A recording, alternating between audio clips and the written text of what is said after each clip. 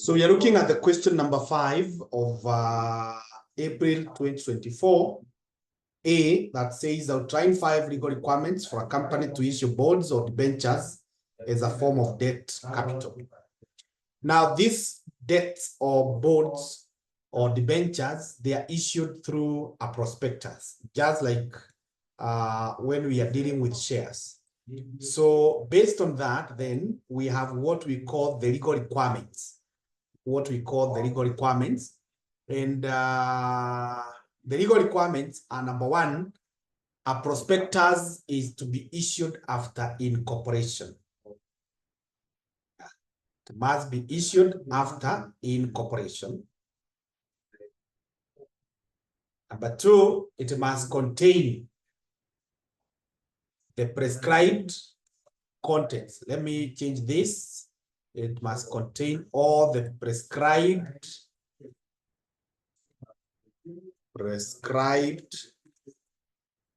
contents. It must be signed by every director.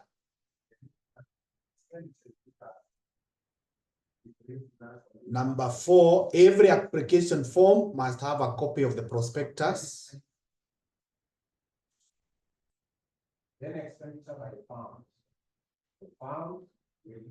It must be described or issued as a prospectus.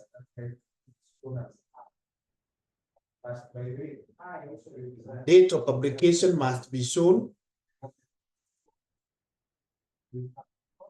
An invitation to the members of the public and an invitation to treat, not for sale.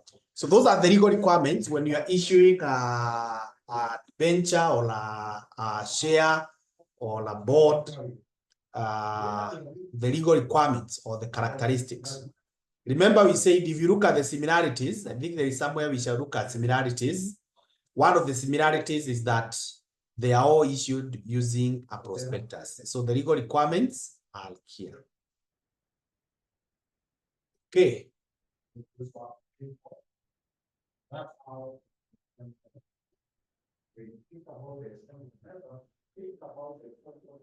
Part B, with regard to financial reporting and disclosures, summarize 5 obligations of foreign companies in your company, or rather in your country. With regard to financial reporting and disclosures, summarize 5 legal obligations of foreign companies in your country. So let's go to the topic of foreign companies. Foreign companies. Foreign companies. We covered this, foreign companies, and we discussed about the accounts, the obligations. Before we narrow down on this, I want us to get a few points from here. The accounts of foreign companies. So we are told a registered foreign company shall at least once in every calendar year and at intervals of more than 15 months, lodge a copy of its financial statement made up to the end of its last financial year. So that is the first obligation. The first obligation, lodge a copy of its financial statement made up to the end of its last financial year.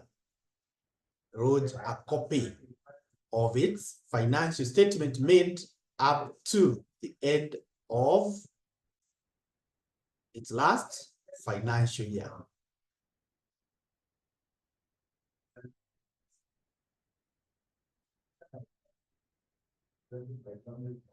So that is all about the financial statements. Now, for other disclosures, the obligations are here. The other disclosures, the obligations are here. 1, have a local representative who resides in Kenya. Have a local representative who resides in Kenya. as an obligation, and they must disclose. Number 2, state its name and other, that's number 3 now. State its name and other specified information in all and any of its documents and communication relating to its business in Kenya. State its name and other specified information in all and any of its documents and communication relating to business in Kenya. Yeah, we said it must disclose. If you remember what we talked about, we said it must disclose the name, its name of wherever it is. Number 3 or number 4, establish a registered office. That is an obligation and it must be disclosed. We must know where the registered office is. Number 5, notify the registrar of any changes in the registered office. Notify the registrar of any changes in the registered office within 7 days. Yeah. So those are some of the obligations, but you can also add, there is something else we said here. You must notify the registrar of a winding up order in the company's country of incorporation. So this can be said to be number 6. Notify the registrar of any winding up order in the mother country.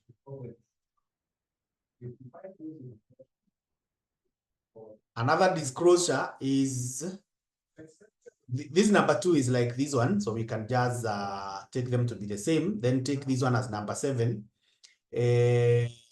Notify the registrar of the closure of the place of business. Notify the registrar of the closure of the place of business. Notify the registrar of the closure of the place of business. So we are saying number 1, they must disclose their financial statements every year. They must disclose who is their legal representative. They must disclose their names. They must disclose their office. They must notify of the changes. Then we are also saying they must do what? They must notify of any winding up order that has been started in the mother country. And number 7, they must notify if the place of business is closed or if they cease to do business in Kenya. So that information is a legal obligation that they must comply with.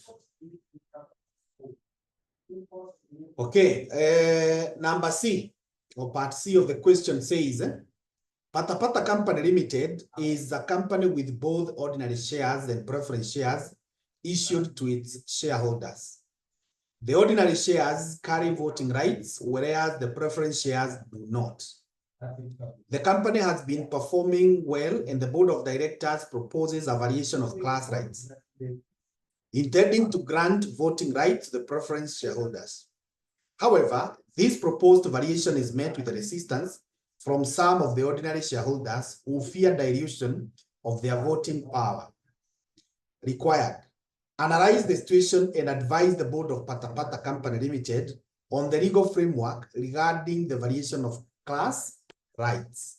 So that one, we will go to where we covered that variation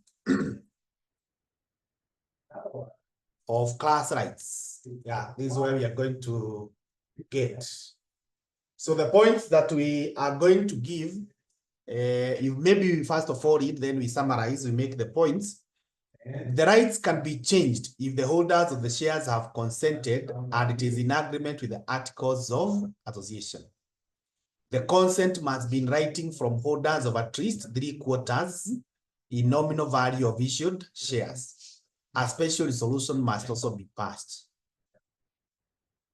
Holders of not less than 15% of issued shares have a right to object to the variation.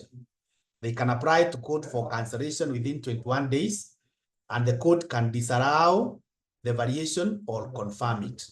So that is all. That is all about the variation of class rights. So when you are told to advise the board, what do you do? What do you tell them? Number one, you must tell them that the rights can be changed. The rights can be changed if members, if 75%, sorry, if holders of a trust, if holders of a trust, 75% in nominal value of issued shares consent in writing.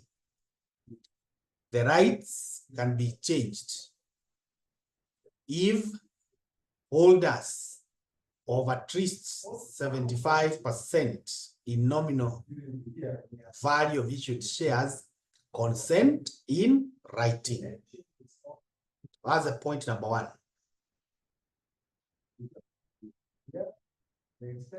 Another point is the variation must be in agreement with the articles of association. The proposed variation must be in agreement with the proposed, or rather with the articles of association. The proposed variation must be in agreement with articles of association. Number three, the board must convene a meeting. The board must convene a meeting. The board must convene a meeting at which a special resolution must be passed. The board must convene a meeting at which a special resolution must be passed in support of the proposed variation. Must be passed in support of the proposed variation.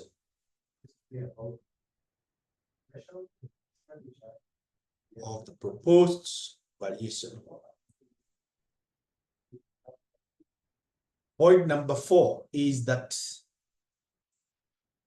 holders of not less than 15% of issued shares. Holders of not less than 15% of issued shares can object to the proposed valuation. Holders of not less than 15% of issued shares can object the proposed variation in court. Can object the proposed variation in court, which can disallow the variation or confirm it. Which can disallow the variation or confirm it. Yeah, so those are the main things that we summarized here. They are the ones that you're supposed to joke around with. At least you make 4 or 5 points or 6 out of that. Yeah.